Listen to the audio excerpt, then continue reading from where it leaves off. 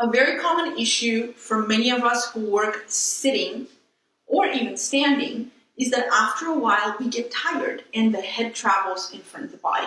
Roland, will you show us how that happens? There you go. In our latest book, we call this The Turkey Head, and we have a whole chapter called Goodbye Turkey Head, where Roland's daughter Allie is demoing looking at her phone with her head forward. So what you want to do is you want to learn where your head is relative to your torso and your pelvis. So when you're sitting in a chair, ideally your pelvis is neutral, which means that you're sitting on the bottom of the pelvis, and when you look at it from the side, there's a slight curve in the low back. So you're not slumped, you are neutral and positioned steady on your pelvis. Now then the torso is stacked right on top of that, and then ideally the head is stacked on top of the shoulders and the torso. Go ahead and let your head travel forward. Roland, do you feel more weight and how the whole body kind of flexes and folds forward, right? So now go ahead and bring it back. And see how that feels different?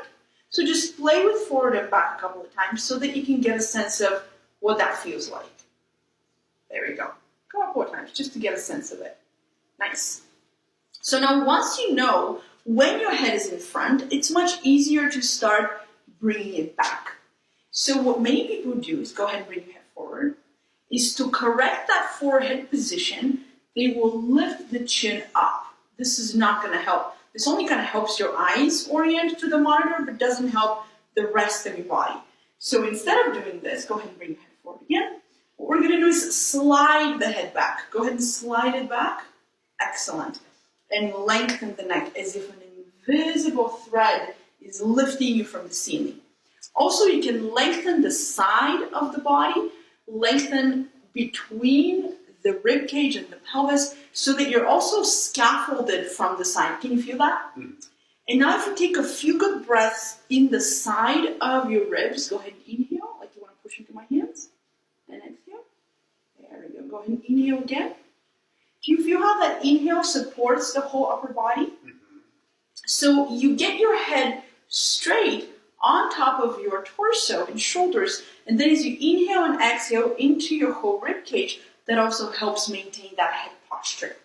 So you don't want to be tight here. You want to be able to breathe. You want to be able to kind of wobble your head a little bit. So Roland, do just kind of gentle, very gentle movements kind of right back here at the occiput. There we go. Just small, slow, tiny movements. There you go. So you don't want to be like a robot once you're there. Does it make sense? Great. So go ahead and bring your head forward again. And this time, you're like, I don't know how to do this wrong anymore. And this time, use your index finger to gently push the chin back.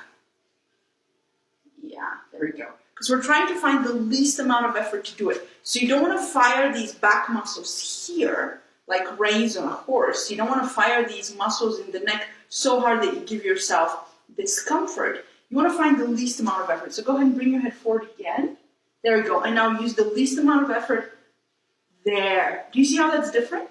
Yeah. Okay, now try it with tension and without tension. So with tension, yeah, and then without. Just using the finger. Perfect. So you want to be gentle as you readjust where your body is. Now, if you have a lot of upper back tension, in the beginning, this will feel really unnatural. So feel free to find a place between, go ahead and bring your head forward and bring it just gently back, but not all the way. Yeah, find some in-between place where you can start working on this.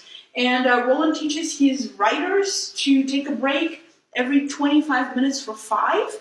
I suggest the same to my students. And we not only bring the head back over the shoulders, but we also use this opportunity to look in the distance, take an eye break, take a jaw break, have some water. Read Goodbye Turkey Head in our book if you're curious for more, or we always love hearing from you. Go ahead and hit reply, let us know if you have any questions. Thank you so much for watching.